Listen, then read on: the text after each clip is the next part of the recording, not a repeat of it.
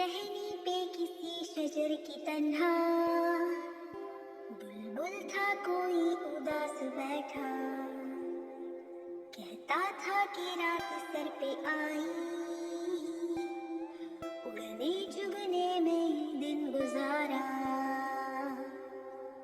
पहुंचूं किस तरह आशियां तक, हर चीज पे छा गया अंधेरा। सुनकर बुलबुल की आहुजारी, जुगनू कोई पास ही से बोला, हाजिर हूँ मदद को जानू दिल से, कीड़ा हूँ गरचे मैं जरा सा। क्या हम है जो रात है अंधेरी, मैं राह में रोशनी करूंगा। अल्लाह ने दी है मुझको मशअल, चमका के मुझे दिया बनाया।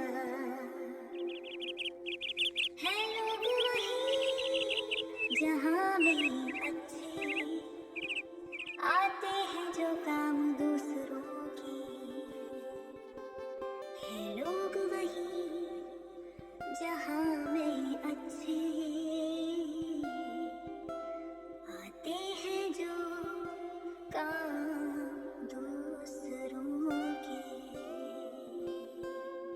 अगर आपको मेरी वीडियो अच्छी लगी तो इस वीडियो को लाइक करना और सब्सक्राइब करना नहीं भूलना।